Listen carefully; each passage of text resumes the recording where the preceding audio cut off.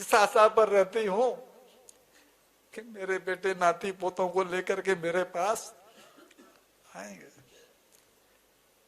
इस बार उन्होंने किसी दूसरी जगह शहर में जाकर के किसी हिल स्टेशन पर और ये छुट्टियां बिताने का प्रोग्राम बनाया है। जब से मुझे कल रात से ये समाचार मिला है बेटा, मुझे नींद नहीं आ रही, मेरी आंखें उनको देखने के लिए तरस रही है। तो मां, मैं तुम्हारे काम क्या आ सकता हूं? बेटा, कोई भूलने की दवाई हो तो भूलने की दवाई दे दो। मैं अपने बेटों को भूलना चाहती हूँ, क्या करूं, उनकी याद बहुत ज्यादा आ रही है बेटा।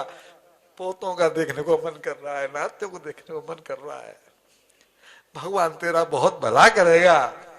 केमिस्ट से आगे सुन नहीं पाया है, क्या जवाब देता, उसके कान सुन्न हो गए, कौन सी दवाई देता? क्योंकि उसकी बीमारी की दवाई किसके पास है? उन बेटों के पास।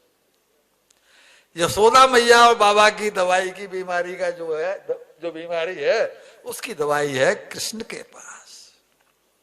भैया जी, एक माँ के लिए कितना कठिन होता है पूरा वर्ष बच्चों का इंतजार करना, और फिर एक वर्ष पूरा होते होते खबर मिले कि हम नहीं आ रहे हैं। कैसे भूल जाए मामा यशोदा, अपनी आंखों के तारे कहीं आंखों।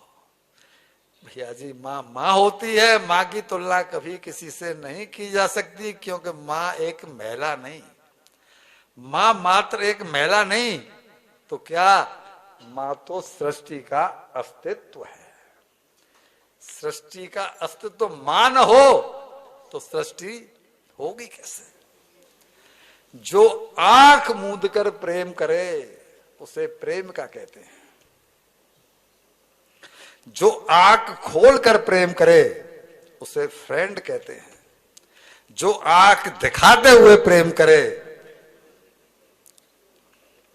उसे पत्नी कहते हैं।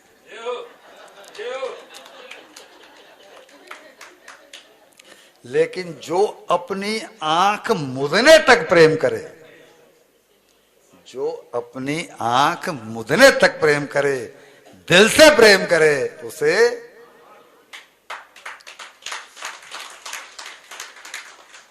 अब यहां समस्या ये है कि उद्धव जी को प्रेम की भाषा समझ में नहीं आती, और मैया वेदांती है नहीं, मैया तो सगुण साकार की उपासक है।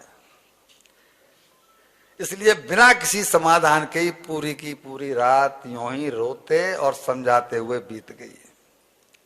उधर गोपियों को मालूम पड़ गया कि उद्धव जी आए हुए हैं हमारे लिए कोई समाचार लेकर के, हमारे लिए कोई संदेशा लेकर। तो जुरे आई भीड़ नंद पौरी पे युवतीन की। सारी युवतियां, गोपियां, ब्रजांगनाएं, गोपिकाएं नंद बाबा के दरवाजे पर आकर के इकट्ठी हो गई और चर्चा करने लगी उद्धव जी के बारे में कि कोई उद्धव नाम का व्यक्ति आया है और हमारे लिए समाचार लाया है। तब तक उद्धव जी भी सुबह नित्य कर्म करने के लिए चले गए। माँ रात पर रोती रही, जागते जागते सुबह हो गई, और जब सुबह वो यमुना जी से लौट करके आए तो देखा कि वहां पर लाखों गोपियों की भीड़ लगी हुई है। गोपियों ने बड़े सम्मान के साथ उन्हें प्रणाम किया, और प्रणाम करके इस आशा को लेकर के कि हमारे लिए कोई संदेश लेकर के आए हैं, कृष्ण ने हमें कोई संदेश भेजा होगा, तो बड़ी शालीनता के साथ में उनको कदली वन ले गई। वृंदावन में जो वनों की चर्चा है उसमें एक वन है कदली वन। कदली कहते हैं केले को, केले के वन। और पूछा हमारे प्राण प्यारे कैसे हैं, क्या कभी हमें भी याद करते हैं?